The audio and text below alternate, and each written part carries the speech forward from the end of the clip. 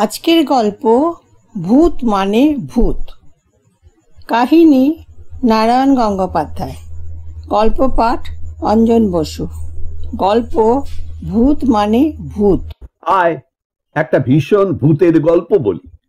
আমি ভূত মানি না, তবে যা তোর শুনে কাজ নেই। না না বল শুনি, কত বাজে গপ্প বানাতে পারিস তুই। আমি গল্প বানাই না, সদা সত্য কথা বলে থাকি। অবিশ্বাস হলে উঠে জানা। কে তোকে ঘাপটি মেরে বসে থাকতে বলেছে? না মানে সত্যি কথা বললে আর অবিশ্বাস করব কেন? তুই বল। এদিকে ভূত মানি না, ওদিকে ভূতের গল্প শুনলে জাঁকিয়ে বসা। আছিস বেশ, মানে শুনতে বেশ মজা লাগে কিনা? তাই মজা লাগে। এমন সত্যি ঘটনা বলবো যে শুনে তোর গায়ে কাঁটা দেবে নাকি? তবে বলে যা ভাই। শোন, আমাদের গায়ে একটা বেজায় পাজি বুড়ো থাকতো। লোকে বলতো উপোস মামা, মানে মুখ দেখলে উপোস করতে হয়। ऐसा কিপটে। মস্ত একটা পোড়ো মতন বাড়িতে একা থাকত। চারদিকে তার আম কাঁঠালের ঘন বাগান। এমন জায়গা যে দিনের বেলা গেলেও গা ছমছম করতো সেখানে। বুড়োর কেউ ছিল না। বুড়ি মরে গিয়েছিল, মেয়েরা শ্বশুর বাড়ি চলে গিয়েছিল, 3 ছেলে চাকরি নিয়ে পালিয়েছিল এখানে ওখানে। ছেলে মেয়েরা কেউ বুড়োর কাছে আসতো না। কার দায় পড়েছে কচু ঘন্ট আর লাল চালের ভাত খেতে? সে যা হোক, উপোস মামা তো প্রায় উপোস করেই মারা গেল একদিন। ছেলেরা এলো, শ্রাদ্ধ টাদ্ধ করে টাকা পয়সা ভাগ করে নিয়ে জমি টমি বিক্রি করে দিয়ে চলে গেল যার যেদিকে খুশি। পড়ে রইল জংলা বাগানের ভেতর সেই পুরো বাড়িটা। আর লোকে বলতে লাগলো ওই বাড়িতে উপোস মামা ভূত হয়ে আছে। জ্যৈষ্ঠী মাসের হাওয়ায় পাকা আম পড়লেও কেউ তা কুড়োতে যেত না ওখানে। শেয়ালে টেয়ালে খেত। বাহ, খাসা ভূতের বাড়ি বানালি দেখছি। বানালু, উঠে যা, তোর গল্প শুনে কাজ নেই। না না চটিসনি, মানে বেশ রোমাঞ্চকর মনে হচ্ছে কিনা বলে যা ভাই প্লিজ। সেবার দেশে গিয়ে ঠিক করলুম কাল অমাবস্যার রাত আছে, ঠিক 12টার সময় ও বাড়িতে ভূত দেখতে যাব। সবাই বারণ করলে। উপোস মামা ধরে খাড় মোটকে দেবে। বললুম বেঁচে থেকে তো রোগা পটকা ছিল, আমি জিমন্যাস্টিক করি, জোরে পারবে কেন?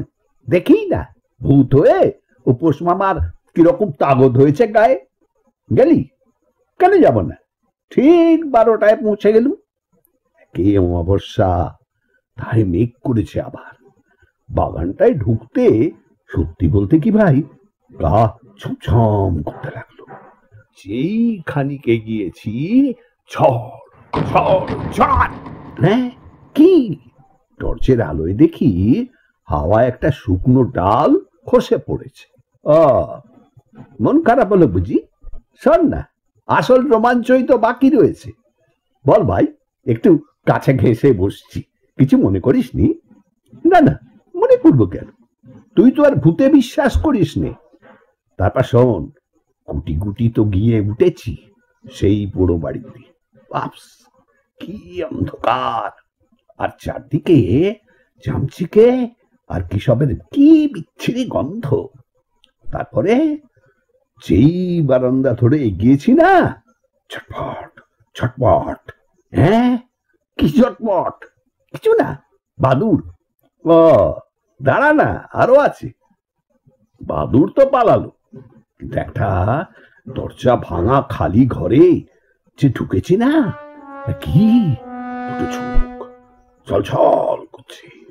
হ্যাঁ, হিংস্র ভাবে চলছে, যেন প্রেত লোকের বিভীষিকা। কাছে আসছে, এগিয়ে আসছে, আরো আসছে। জাপটা ধরছিস কেন? টর্চের আলোয় দেখি কি একটা হুলো বেড়াল। হ্যাঁ স্যার, হুলো বেড়াল মুখে নেংটি ইঁদুর নিয়ে লাফিয়ে পালিয়ে গেল।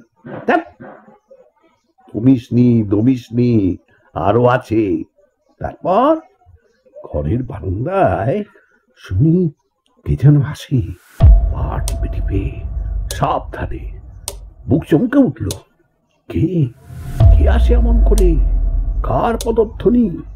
এত রাতে এই অন্ধকারে এই বুড়ো বাড়িতে কে আসে এত সাবধানে? সে কি ভূত? সে কি হত্যাকারী? কে কে? একটা শেয়াল আসছিল, যেই বলেছি ভাগ, দৌড়ে হাওয়া। ঘাবড়াসনি, আরো আছে। তারপর তারপর গুড়গুড়টি অন্ধকার, তারপর গুড়গুড়টি অন্ধকার, তারপর গুড়গুড়টি। চালালি তো, গুড়গুড়টি নিকুচি করেছে। কি হলো তাই বল না।